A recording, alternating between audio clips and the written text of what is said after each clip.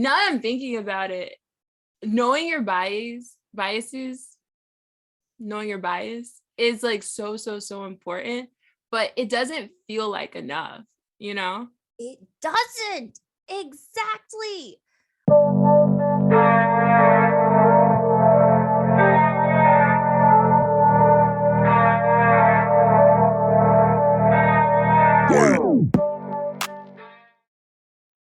All right. Hello. Hello there. How are you today? I'm good. How are you? You know, it's Tuesday. It's 15 degrees. I'm trying not to die. My plants are thriving. It's fine. Okay. We are fine. I can't believe it's just Tuesday. Like you said that and I was like, oh my gosh. I can't do The this. week has just started. We have to like keep living week after week. I can't do this constantly. I'm tired. This is a lot to ask of us, I think. I agree with you. I know. I know. And like just everything that's just going on in the world, I'm just kind of like, can everyone just have like a 10 to 15 day just nothing? Just absolutely nothing. Yes, that shutdown that should have happened probably 2 weeks ago. Mm-hmm. It would be nice about now too. Yeah. I saw a tweet the other day that was just like, oh, you know that they're shortening the quarantine amount of time now because people have to get back to work. So now quarantine is just 5 days instead of 10 days. And I saw a tweet that was just like, if that's all we needed to bring capitalism to its knees is 10 days, everyone, come on. Just take 10 days off. It's perfect. Yeah, if everyone could just take 10 days off, just everyone agrees, just 10 days. That's all we need. Mm-hmm. And like, come on. There used to be like festival days and like weeks-long holidays, like back in the ancient whatever. The Industrial Revolution got us. Yeah. Now we can't go 10 days consecutively without it affecting business. Yeah.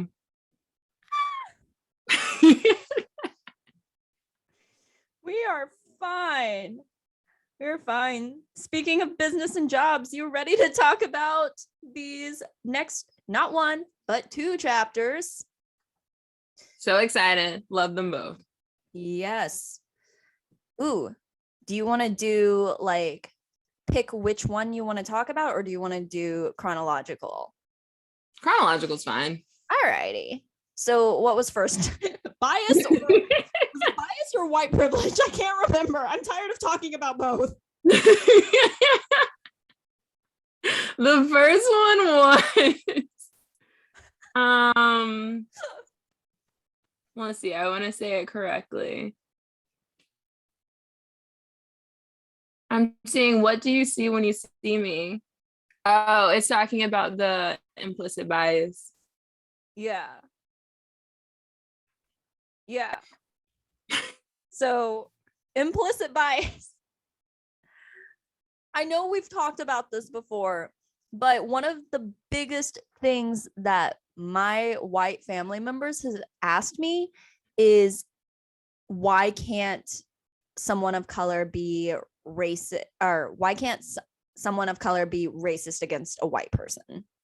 And then the answer that I automatically say, but I know that we've definitely discussed this in an earlier episode, but I always said there's the power imbalance, and that people of color can be biased, but we can't be racist. But I remember very specifically that we got into a fun like brain spiral about why that reasoning was wrong. I'm gonna have to go back and listen. Sorry, Kendi, I am so sorry. that I did not memorize it. But I know that I'm not right. It definitely, I just remember when we were talking about it, just trying to figure out where Kendi stood because he seemed kind of sarcastic, but then also like, but this is a real thing. I agree with you. I think you can be rude. I think you can be disrespectful, but I don't think you can be racist against white people. Mm-hmm. My dad also, oh, sorry, that identified him. So my dad. So an unnamed source. One of my white family members. I'm so sorry, Dad.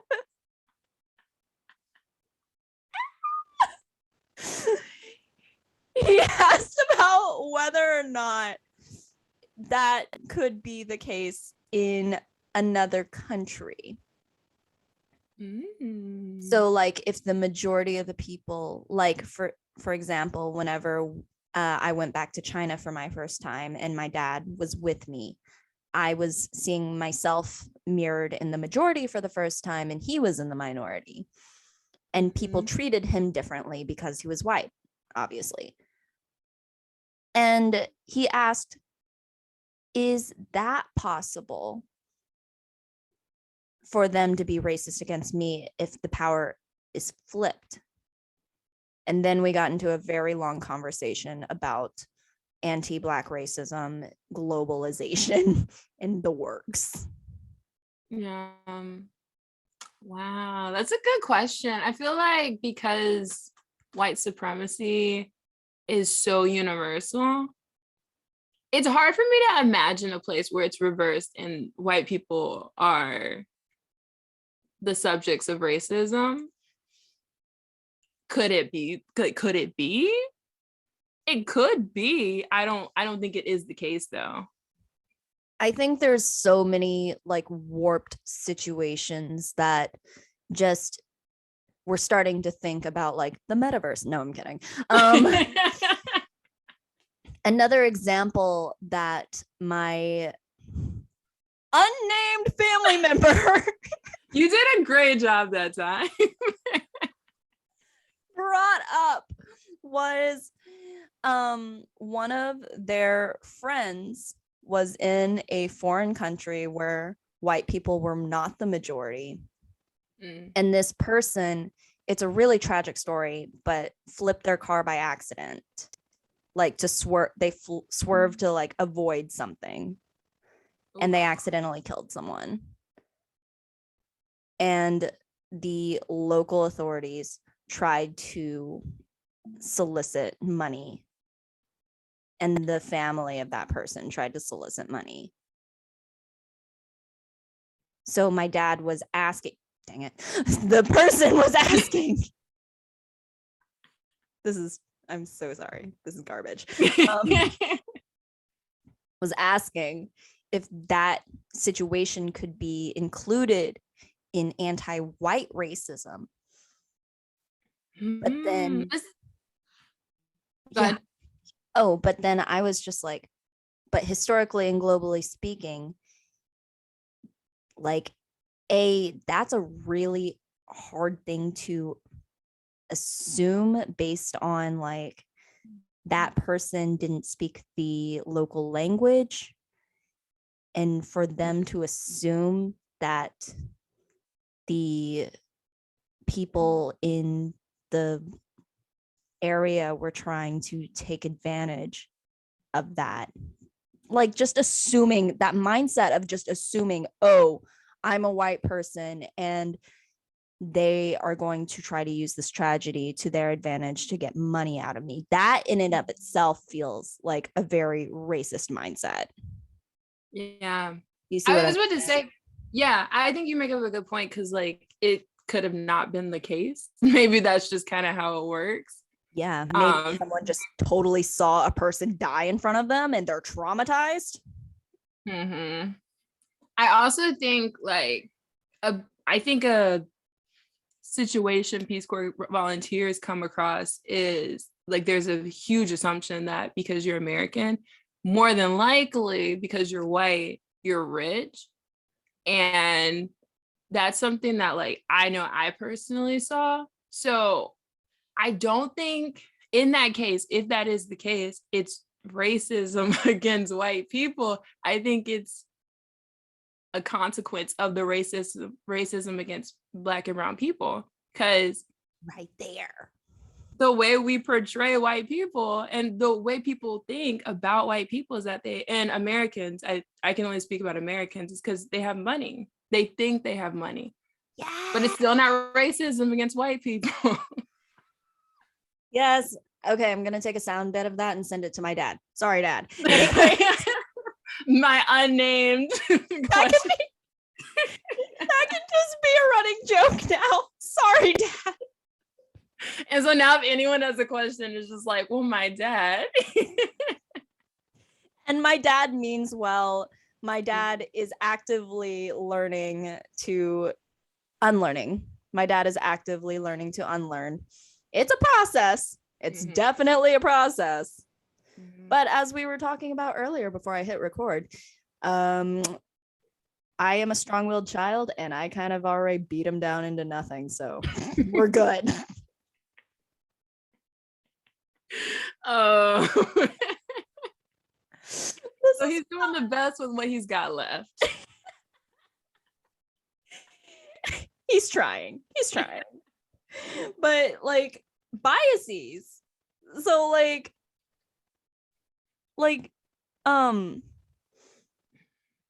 in this book, it's specifically like they reference, like he references white people again specifically, and he invites the white reader to sit with your biases.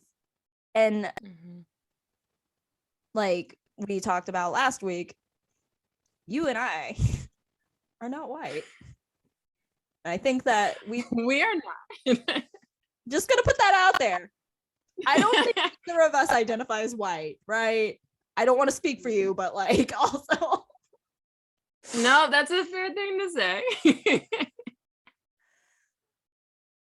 But I will say we do have biases that we have to unlearn, though. We do have biases that we do have to unlearn. Just like he was talking about in the part where he mentioned the race, the track and field race, where he saw this one white kid in the middle of it and was just like, that white kid better not win. But then he was talking about his own biases in that. And I think with biases, it's like, whenever it comes to biases and racism, it's which one can do the most damage. Unfortunately, we're all going to have biases, but he mentioned how, like, I don't know if he mentioned Emmett Till in this not episode, in this chapter or the next chapter, but like how with the current power structure or how everything is, I don't know how to explain that, but in this world, like the reality that we live in, white biases can be life or death sometimes for people of color. Yeah, I think Emmanuel Acho does a really good job pointing out. Oh, I have the quote in front of me. How perfect. He says, unconscious prejudice can manifest as racist actions. I think that sums up like this whole section really well, because even if you're like, and he talks about it later, if you identify as a good person, and you don't do that work to unlearn biases that you have and recognize the biases that you have, then that can turn, especially like you said, in this world that we live in, that can turn into real consequences for a Black or brown person. So yeah, I agree with you. It's just as dangerous. It's like racism is the umbrella and the biases is just under that. It's like it feels like a form of racism. It's like a consequence of our racist society. I totally agree. I can't help but also think about like, well, just the case of Emmett Till, and then like even in modern days, and I say modern, Emmett Till was like in the 60s. So like, was it in the 60s? Gosh. I'll look it up. Definitely more recent history. I don't know if about the 60s, but it's recent enough history. 1955 is when he died. Oh my gosh. Wow. Okay. It makes me think about I can't help but think about that bird watcher from Central Park. Was he like there last year or the year before? It was very, very recent because I remember the white woman, her name was Amy Cooper. I want to say, I'm looking this up. Thank goodness for technology. But Thank goodness. She weaponized a bias and tried to call the police on a man bird watching. Yeah. It makes me think about every single vague call to 911 where they say the description of the perpetrator is a black man wearing a black hoodie. And that's like it.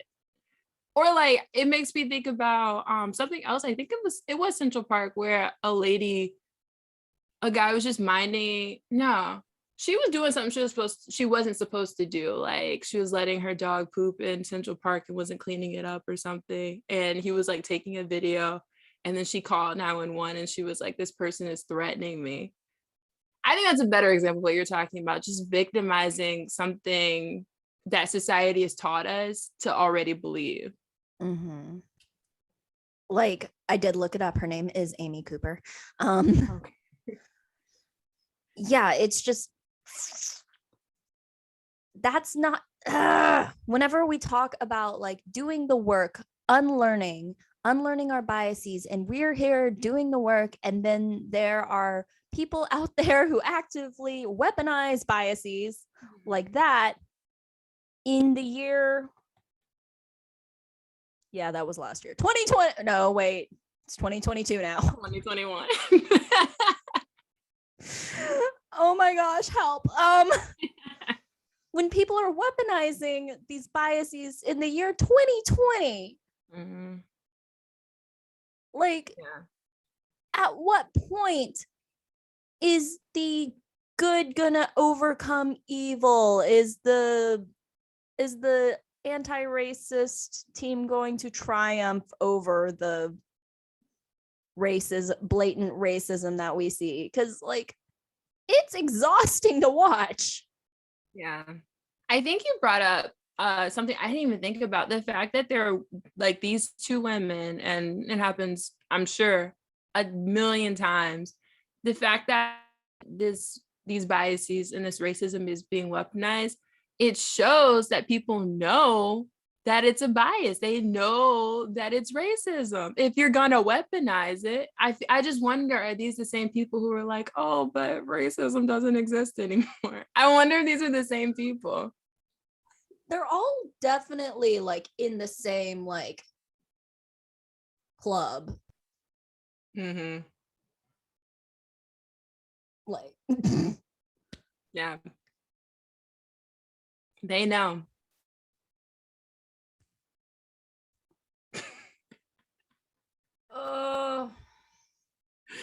So what do we do with this? I don't know, because I have therapy every Tuesday talking about, oh my gosh, am I racist for doing am I racist for thinking about X, Y, and Z against another person of color as an Asian woman? And like, no, I'm just being cautious in a big city, or am I actually being racist? It's like those it's not even a microaggression because I didn't act on it. I was just thinking it.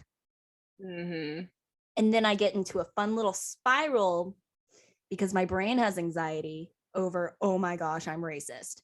See, we have that happening inside my brain. And then there's just Amy Cooper's out there hanging out, like going and straight up calling 911 over a bird watcher. Right. It really shows you have to put in the work. You can read anti-racist books and you could be a person of color yourself, or you could be like someone who's really into this world. But if you're not doing the work, then unconsciously, and that, like, it's so dangerous that you do it well, she didn't do it unconsciously. No, but it's so dangerous that it can be done unconsciously. Yes, exactly. And it's like, now that I'm thinking about it, knowing your biases, knowing your bias is like so important, but it doesn't feel like enough, you know? It doesn't. Exactly. Like, I saw a tweet the other day. I'm going to reference Twitter a lot in here because I am addicted to my phone. But I saw a tweet the other day that said, wow, you're so self-aware. And the person answered, thanks, it's ruining my life. Yes, I've seen that a lot, and I feel it. Because if I didn't even, I wouldn't have the problems I have if I wasn't so self-aware. Like, the whole ignorance is bliss. It truly is. It really is. They did not lie. Oh my gosh. Like, where do we even move forward from here? Like, what do we even do? Because clearly you and I, not to be all like, oh, I'm better than you, but like, you and I are not the audience for this book. And right. If we're the only ones reading this book, I also saw another tweet the other day that said, the only people in my like class that would have qualified as critical race theory in college, or it was like ethnic studies or something, the only people in there were people of color. Mm-hmm. Like, the white people aren't even inhabiting these spaces. Mm-hmm. Showing up. Yeah, I think your question on like, where do we go from here? It just is.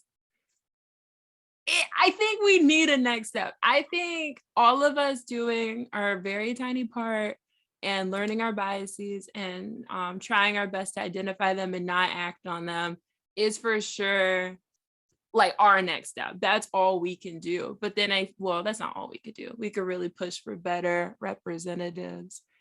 Which brings me to my next point. We need like structural change. We need policy change. We can do but so much. You know, if we've got laws that are telling us like how we can live our lives and they're racist in nature, we can't do but so much. It's so true. Oh my gosh, I'm so tired. We are 11 days into the new year. Why? Yeah. It's a doozy. This is fine. I think that's a great segue into. It wasn't titled White Fragility. What was the second one? The second one was called. What was it called? Dun dun dun dun. White privilege. White privilege. Like. Another fun topic. White privilege, something you and I do not have. I'm thinking like we have privileges. We have various privileges. In our podcast description, it says that we are 2 MSW Columbia alumni. Like we have our master's degrees. I don't know who was dumb enough to give me my master's degree, but like the amount of people on the globe that have their master's degrees, and we already know that like education and higher education is also racist, so does it really even mean anything? This is an example of the spiral.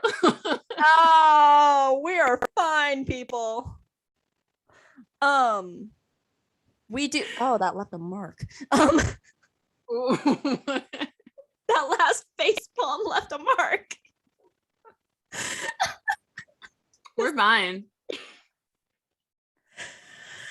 But as I was saying, like,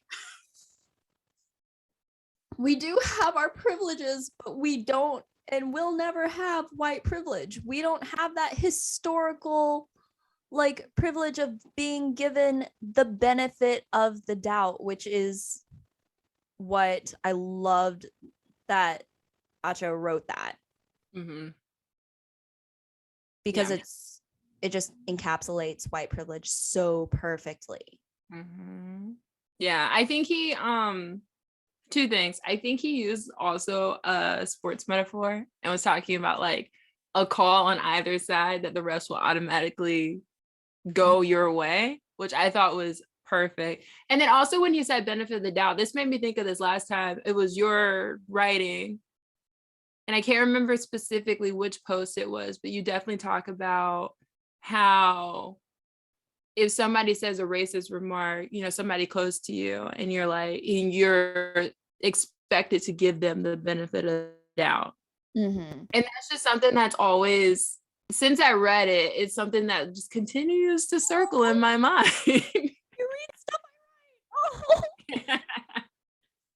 Of course, check out Hannah's writing. It is fantastic. But that benefit of the doubt, I mean, I think for my entire life to this point, I've underestimated how big of a role the benefit of the doubt plays. And like, and it's the benefit of the doubt of authority figures, but it's also the benefit of the doubt that's expected of people of color to give white people. Like, we're supposed to give white people the benefit of the doubt. Why? Under what circumstances? And the unnamed circumstances, because they're white. So white underlying equals trustworthy, when we know that is not the case. Yes. Yeah, we see that being manipulated and weaponized a lot. Like, the whole system is set up to give white people the benefit of the doubt. And if I say benefit of the doubt one more time, I'm gonna think I'm crazy. It's just this huge thing where we know if it was a person of color, it would go automatically without question towards the, oh no, it was intentional and they tried to hurt us. And if it's the same thing, but for a white person, oh, but they might be a good person. Maybe they just had a bad day. Maybe they didn't know what they were doing. And it's so harmful, because what we're giving people the benefit of the doubt for is like hurting us. There are real consequences for the things that are happening. Yeah, that reminds me exactly of the Kyle Rittenhouse trial that also just happened this year. This white 17-year-old goes and just straight up shoots people and kills 2 people at a Black Lives Matter protest. And I remember seeing something, just, it flashed across my phone screen, and it was just saying, like, they are trying, like, this is what happens when you just support Black Lives Matter. Imagine being a Black life, and B, like, those same media outlets were also posting photos of this guy that killed 2 people, like, volunteering at church or something. And so it blatantly just shows how the media is also biased within itself as a system. Oh, the media, oh gosh, just like all of this is making me so infuriated. The media is so complicit. It is, I want to say unbelievable, but is it unbelievable? Or is it very believable? That's what's so frustrating. I mean, I think Emmanuel Acho mentions it. It's like whenever a white person does a crime, it's their high school graduation picture. Or like you mentioned, a picture of them volunteering at church. Like that means they're a good person. Or, but if it's like a Black or brown person, then it's like a mugshot. And it's all of these like character, like defaming things that really set them up to, and really set the audience up to believe like, oh, of course this person did a bad thing. Look at all the other things they've done. Like, oh my goodness. Like this, it just brings up so many things, because it's just like, once again, where do we go from here? These are the systems that we're living with. This is what's already been established. So short of just like ripping the whole thing out of the ground and starting from scratch, which is impossible without like an alien invasion or something. I don't know. But like where do we go from here if we're trying to navigate a system that's already built to not be sustainable, to not like accept people of color as true equals? Like, what is happening? I love how Emmanuel Acho uses the there's been plenty of like videos and infographics about it, but like the race, like the running race word illustration, that thing. So it's like, all right, you can like, white people have been running like the race has been fair the entire time, but everyone else has been held back at the starting line for like the last however many hundreds of years. Yeah, okay, two things. First, I'm really appreciative that he talks about the race. I'm really glad he brought it up too, because I really think it brings into the conversation reparations.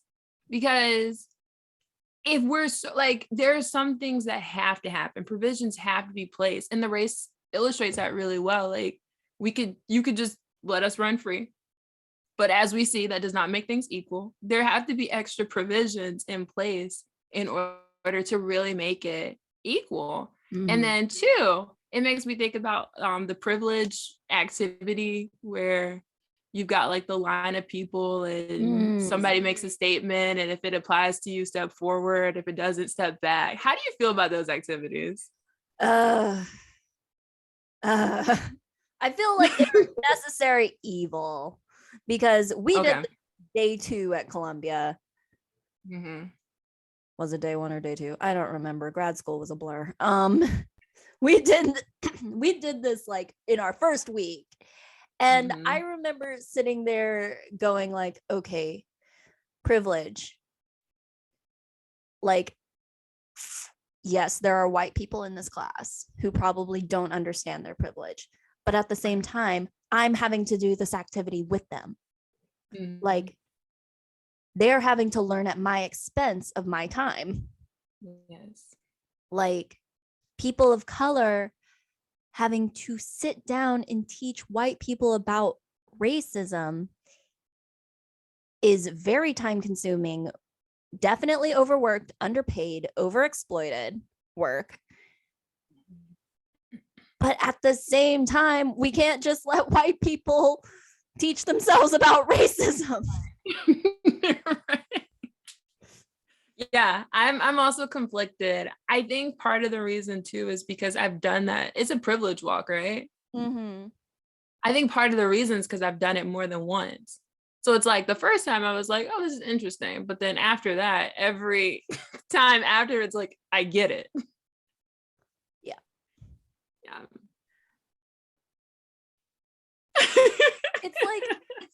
It's like you're teaching a perpetual toddler, and they just stay toddlers.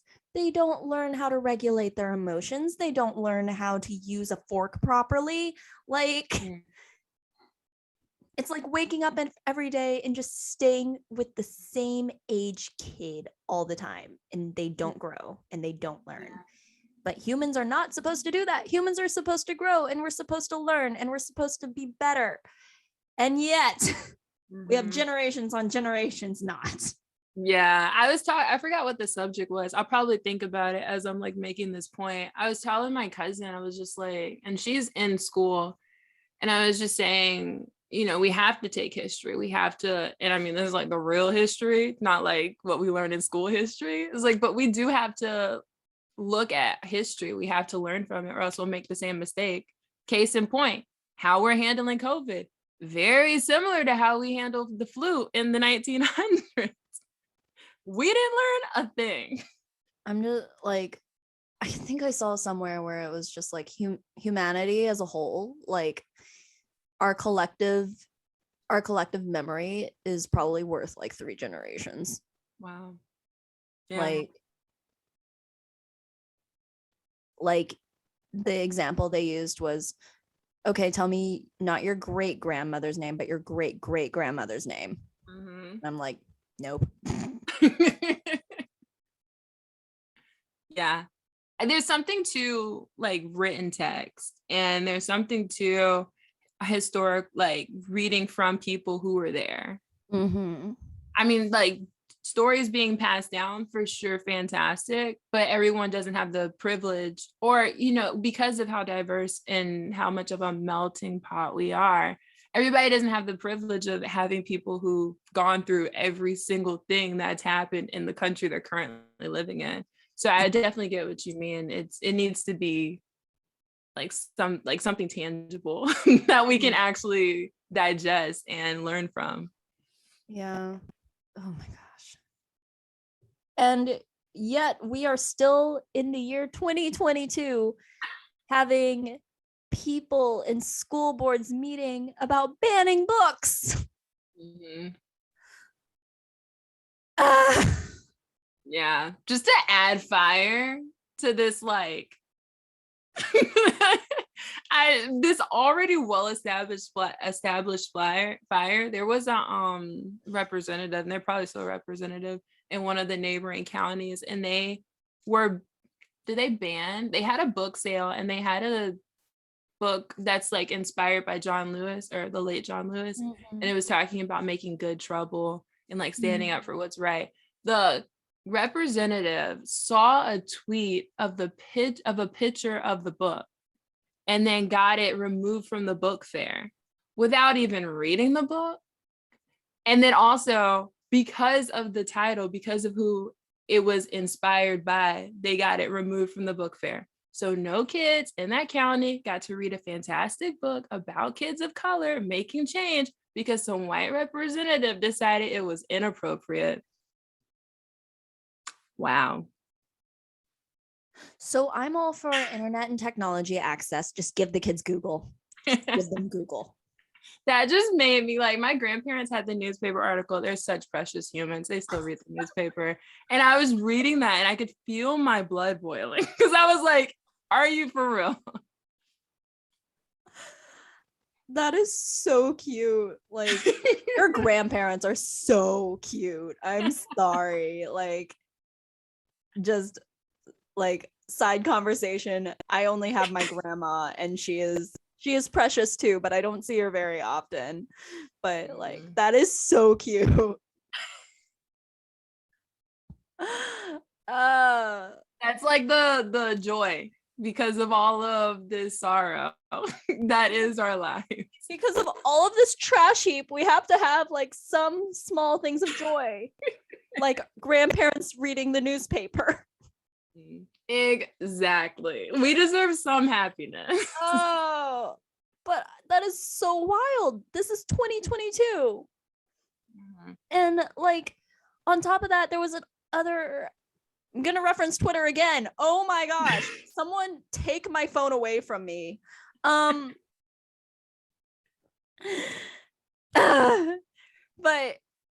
a Texas representative, yeah, Texas, yay. Or someone running for Texas, like, political office, tweeted that all Chinese students should be banned from US universities. It was definitely in the same vein of send the communists back to where they came from. And I was just like, livid. When did this happen? Yesterday. I'm sending you the tweet. What? Also, I don't mean to like rag on my dad's generation or my dad anymore in this podcast. But the sweet man just sent me an email with a click on this link, and I was like, I'm not gonna click on it. It's spam, and you definitely just got hacked.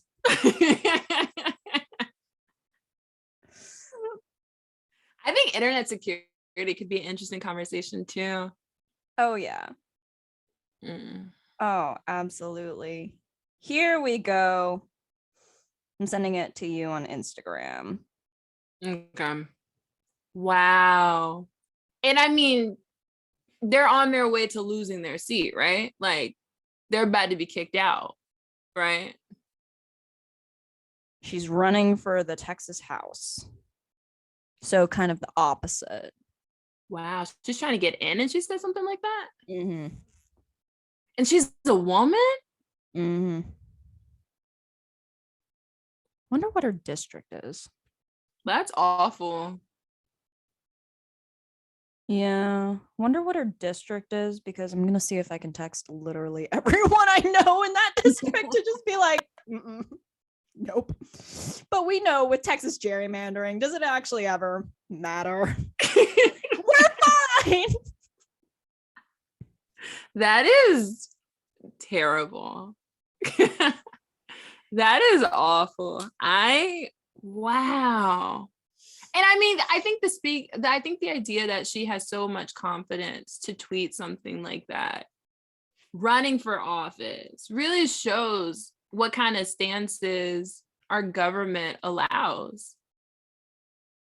Not only there's like bias. You want to talk about bias? If an Asian candidate would have tweeted something like kick out any other race from all the other from all the universities, that would have been like front page like news on, well, it is front page news, but like it would have been like that candidate wouldn't have any chance. But the fact that this person is still running. Mm-hmm. Yeah, it just really shows. So, I mean, like, it's so blatant. People aren't even hiding anymore. What can you do with bold racists? Exactly. Like, forget biases. This is out there. That's crazy. I was thinking the same thing. Obama could never. Oh, he would not, because he's not racist. But he also could never. He could never even think something like that. He probably can't even think anything like that, even in his private life nowadays. Like he's done good. He's done his work. He deserves his retirement. Poor man. Running this country is a nightmare, and we don't even run it. We just don't. We deal with the consequences of the decisions of people who do run it. We just live in it. And it wasn't by choice. It is not by choice. It's not by choice. I think we need to emphasize that. It was not by choice. I was adopted here. This is my second country of citizenship.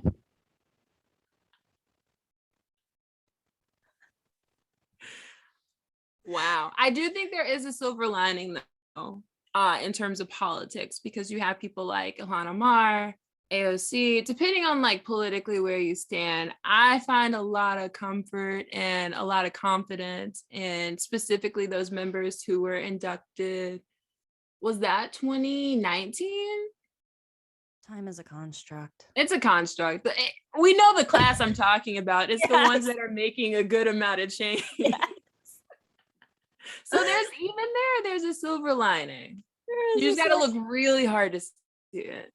I'm just very interested. Like you mentioned how we're not good at remembering our history.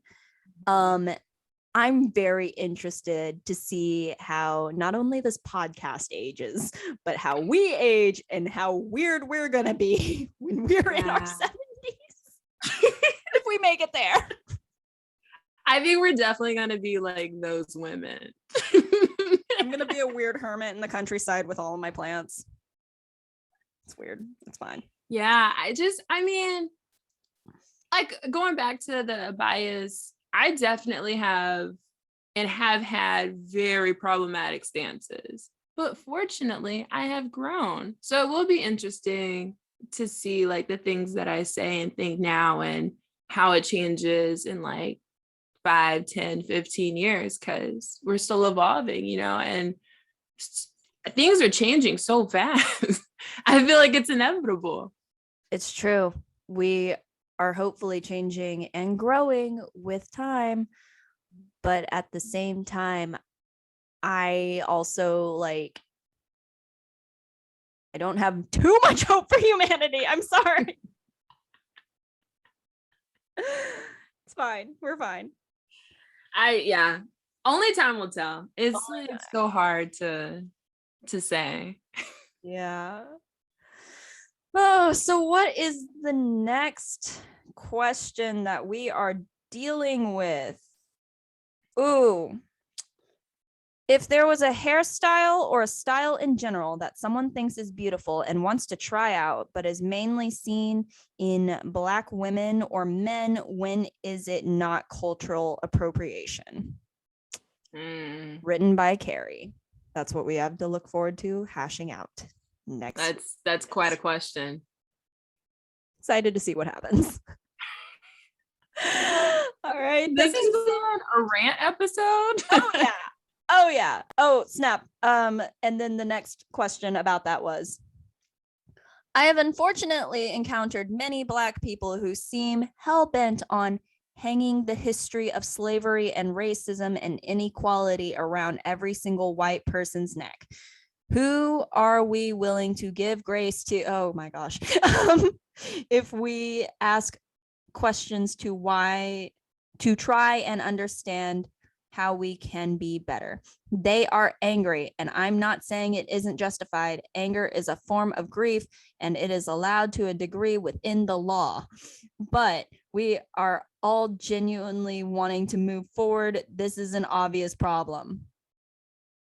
Love the audacity of that. I bet you Amy loves themselves right now. Yeah, I think we'll get into this, but the tones in which some of these questions are asked, I think, are a problem. That's in a book. That is in a book. Okay. I will see you next week. All right. Bye. Bye.